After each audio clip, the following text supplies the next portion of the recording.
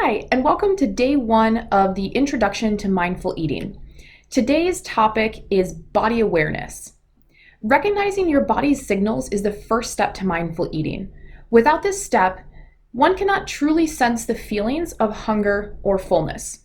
These cues are often quite subtle, and it takes patience and practice to really figure them out.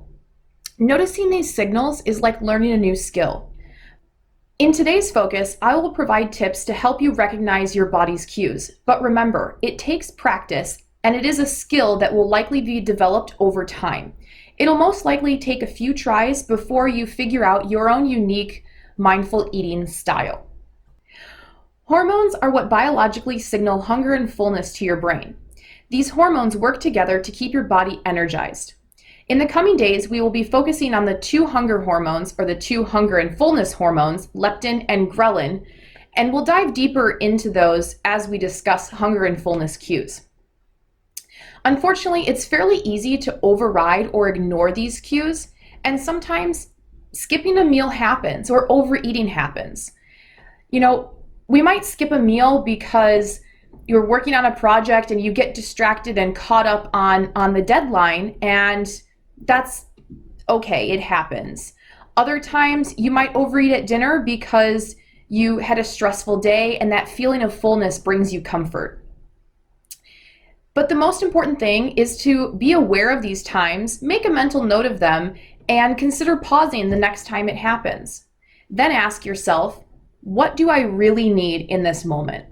Life is a constant ebb and flow, and it's okay to overeat or skip a meal on occasion, as long as you're being true to the moment.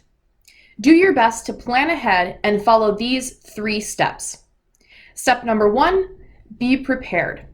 Bring snacks with you when you know you'll be busy or on the go with little time to eat, especially if it falls between one of your regular eating times, such as breakfast, lunch, or dinner. Step number 2, check in with your hunger. If you know you're the type of person that can easily forget to eat, set a reminder on your phone that will prompt you to assess your hunger level at a certain time. Then, if you're hungry, eat. If you're not, reset the timer to remind yourself in the next hour or 2. This will help you to avoid skipping meals, becoming famished, and then overeating at the next meal, and eventually feeling uncomfortable and overstuffed. On a scale of 1 to 10, 1 being completely famished, a comfortable and healthy place to start eating is at a 3 or a 4. At number 3, check in with your fullness. We will discuss leptin, the fullness hormone, in the next couple of sessions, but for your information now, know that it takes about 20 minutes for your stomach to signal your brain that it's full. If you eat really fast, this signal can be overridden very easily, and you'll end up stopping only when you're beyond that point of satisfied. If this is a common occurrence for you, try to put your fork or spoon down in between bites and take a deep breath to relax.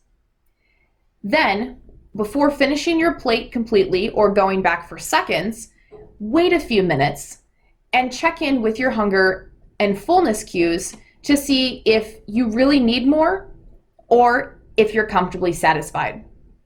On a scale of 1 to 10, 10 being holiday stuffed, a comfortable and healthy place to stop eating is at about a 7. Focus on building these habits today to flex your body awareness muscles.